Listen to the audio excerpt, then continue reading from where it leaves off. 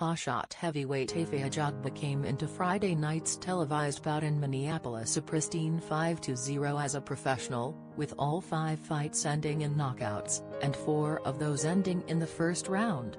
He went to bed Friday night still undefeated, having notched his 5th first-round victory, but also with the first non-knockout victory of his career. This unlikely result was produced when Ajagba's opponent, journeyman Curtis Harper, the underdog, left the ring immediately after the opening bell, and marched the hell out of there. Ajagba's people seized the opportunity to depict this as an example of how feared Ajagba has become in his short time as a professional. This was legendary, Schaefer said. We waited a long time to have another heavyweight who instills fear in his opponents by just being in the ring and looking at them.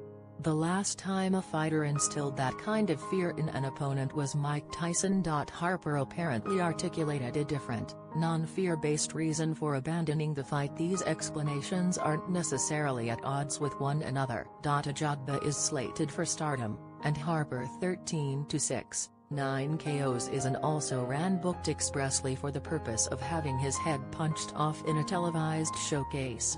He probably doesn't very much want to take the punishment, and he also probably isn't being paid enough for it.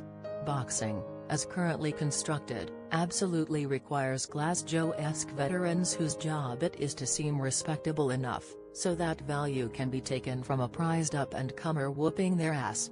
Thus, Harper's job is an important one, requiring painful personal sacrifice. If the money isn't right, for the love of God don't do it. Dan Rafael of ESPN says Harper will almost certainly be suspended by the Minnesota Boxing Commission.